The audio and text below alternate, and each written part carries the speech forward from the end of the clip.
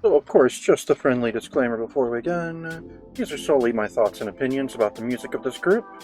I am not in any way, shape, or form a music industry professional, and my opinions should not be perceived as an objective analysis of quality, because frankly, they are not. I'm an individual with unique tastes, just like you, dear listener. I might say some negative things about something you love. Please keep in mind that this is in no way an attack on your tastes. We just differ, and that's okay.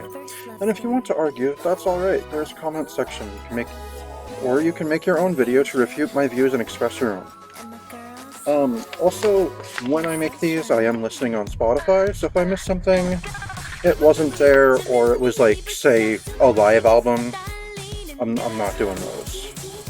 Alright, so without further ado, Girls' Generation, also known as SNSD. So, they were my first K-pop group. I mean, my first exposure to K-pop was Psy's Champion, but then Girls' Generation is what got me into the genre.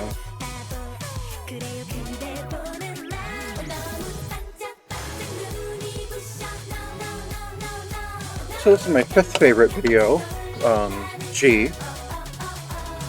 Iconic and nostalgic.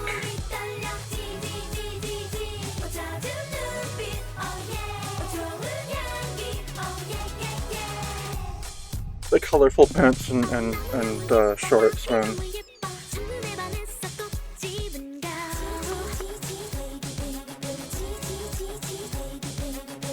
So, where'd it go?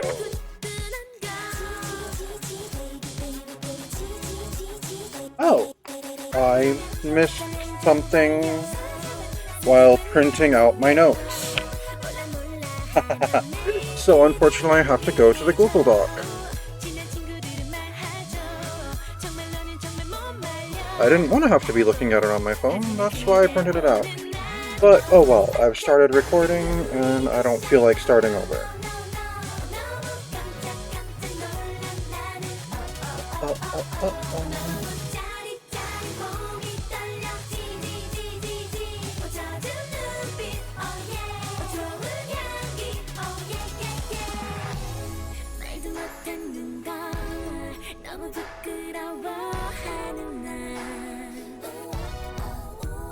So, Girls' Generation released their first album in 2007. That was a couple years before I got into them.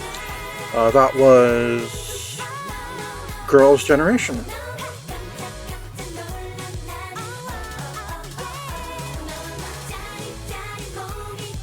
So honestly, not a lot that I really liked on there. Fun fact though, it did come out on my birthday that year. That would have been the year I turned 26. So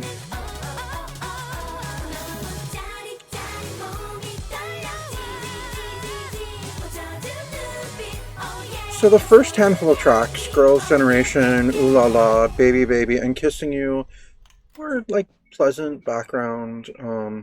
Not the sort of thing I would listen to specifically, but like if I'm busy doing other things and not really focusing on the music, not the sort of thing that I would just skip. Honestly, a lot of the stuff on here sounds like it should be from the soundtrack for like a 90s slice of life anime. Good deal of the other tracks are just too ballad for my tastes. Even though I've never really cared for it, Into the New World is of course iconic and nostalgic.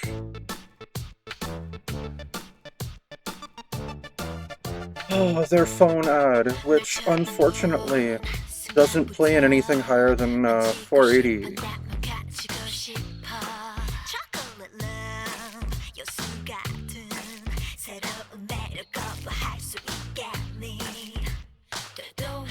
So Jessica was my very first bias in any group ever. And I could never really get into Girls' Generation after he was kicked out.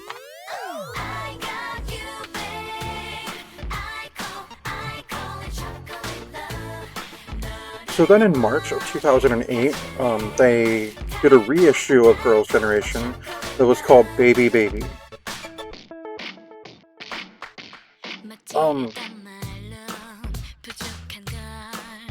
So they did a remix of Kissing You, which was pretty cool. And then two different versions of like a medley. And that was all that was added on that reissue. Further cementing my dislike of reissues, repackages, whatever you want to call them.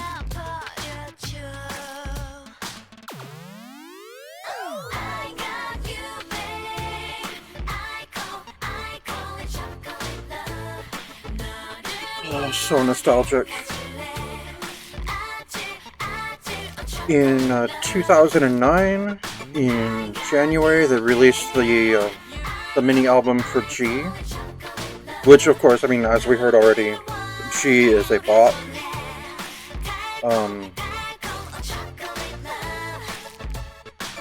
There was one other track on there that I kind of liked, and that was Destiny, but otherwise, that one overall just wasn't for me. In 2009, later in 2009, we had Genie. That was in June. And of course, Genie, if I did 6 videos on here, that would have been the first one, I think. Yeah, probably.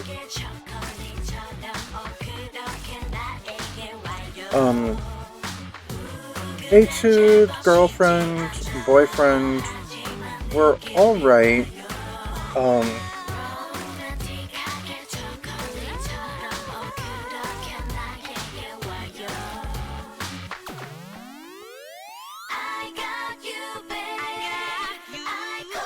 And then, of course, the last track, the unexpected male voice was kind of jarring, but I guess that was a duet between Jessica and some guy.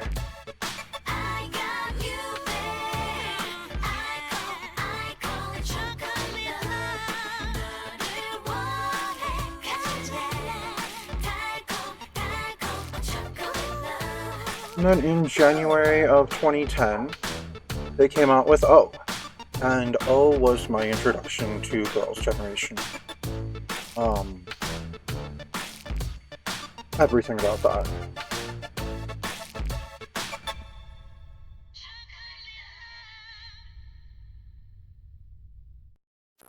So on that album, Show was pretty cool.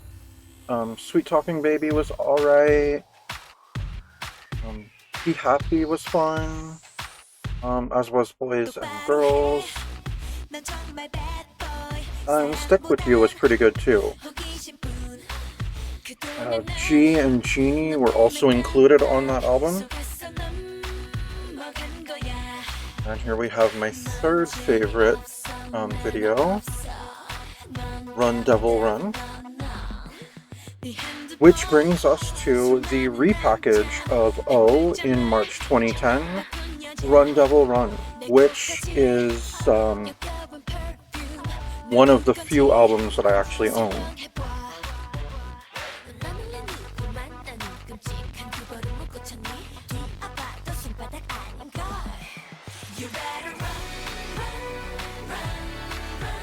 If we're talking just the songs themselves, this is probably my second favorite Girls' Generation song. But if we're going with the video and the whole thing, there's two others. There's one that beats it out aside from my absolute favorite.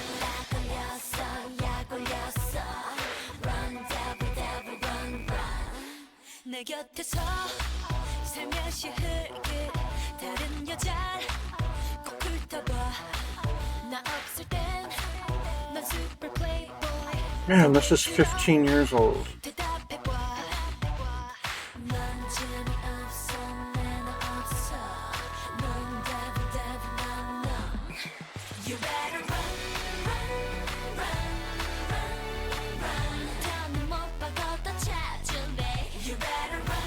Alright, sorry, just distracted by Girls' Generation. I mean, valid, right? God, I love her.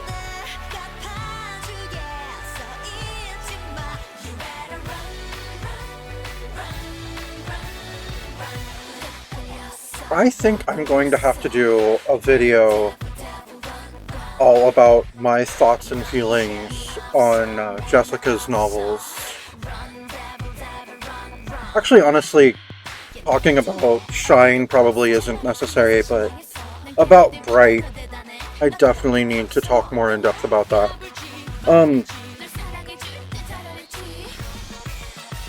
So then later in 2010, they had the EP, the mini album Hoot.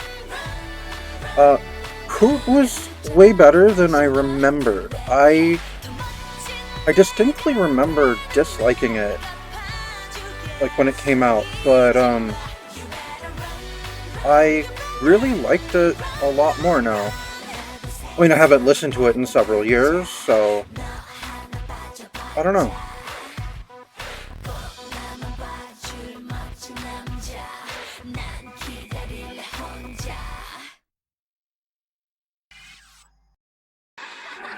Wake Up was really good. That was probably my favorite track on that mini album.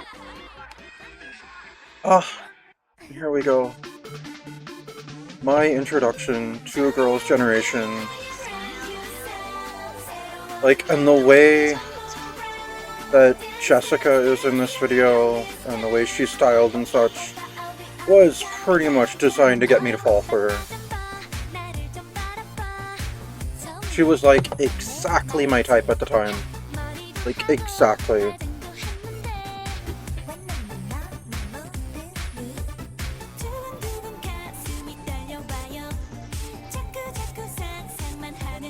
So this is what hooked me into K-pop in general.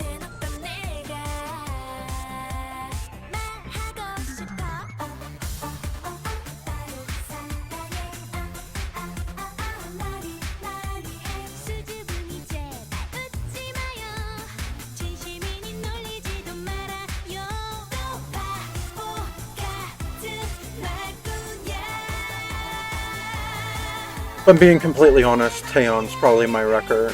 I don't know though. Alright, so back to discussing their discography. So in 2011, The Boys came out. It's had some good moments, it also had some pretty cringe ones in my opinion.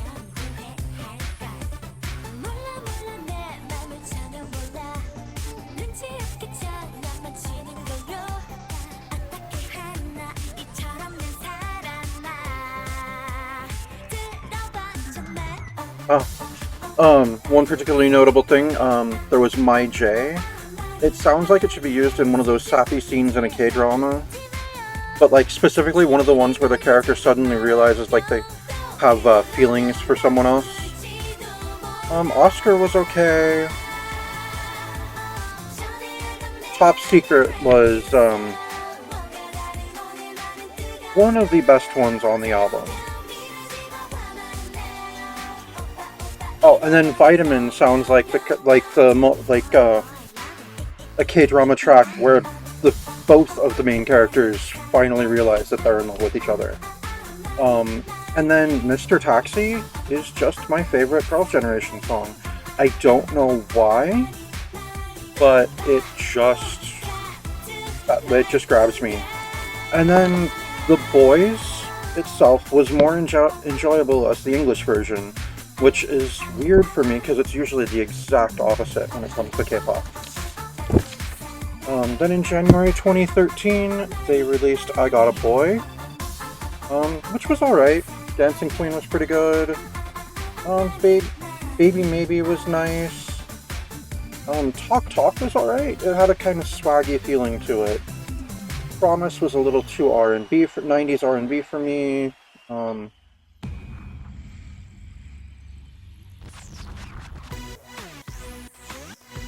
Romantic Street had one of those old-time poppy feelings to it that is kind of my exception as far as ballads go. Then in February of 2014, we had the EP for Mr. Mister. This was the last one with Jessica on it. Goodbye was decent. Um, Soul was pretty alright. And I'm not quite sure if I like the title track, Mr. Mister. I don't know why this is my favorite song, it just is.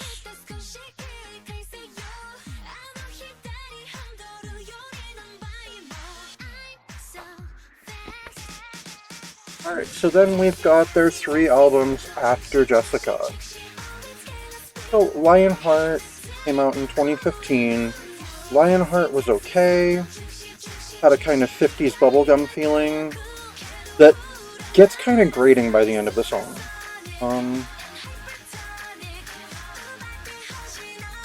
Fire Alarm was pretty good. Probably the best one on the album in my opinion.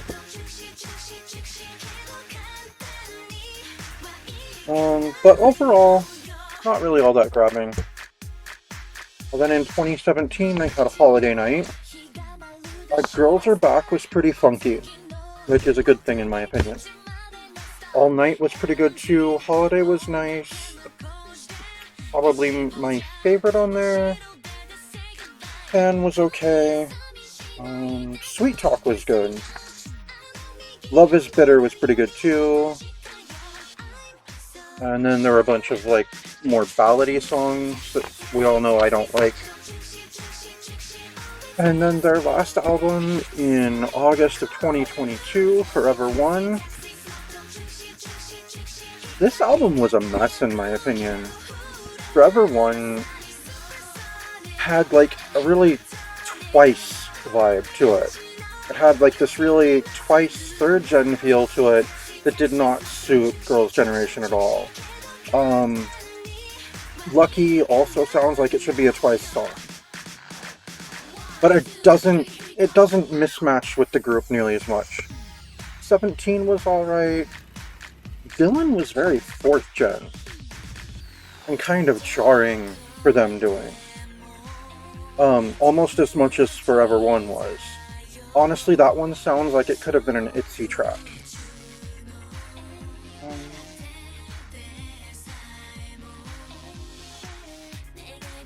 You'd Better Run also doesn't really feel like Girls' Generation. Closer, first song on the album that actually felt like it should be one of their songs. Mood Lamp was pretty dull, so was Summer Night in my opinion. Freedom was a little more entertaining than those, and then Paper Plane was pretty meh.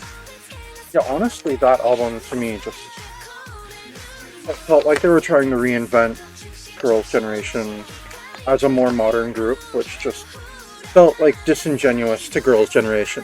But then again, all music after Jessica left feels disingenuous to Girls' Generation, because they're 9, not 8. Just like Idol does not sound the same after Hyojin got picked out for getting bullied.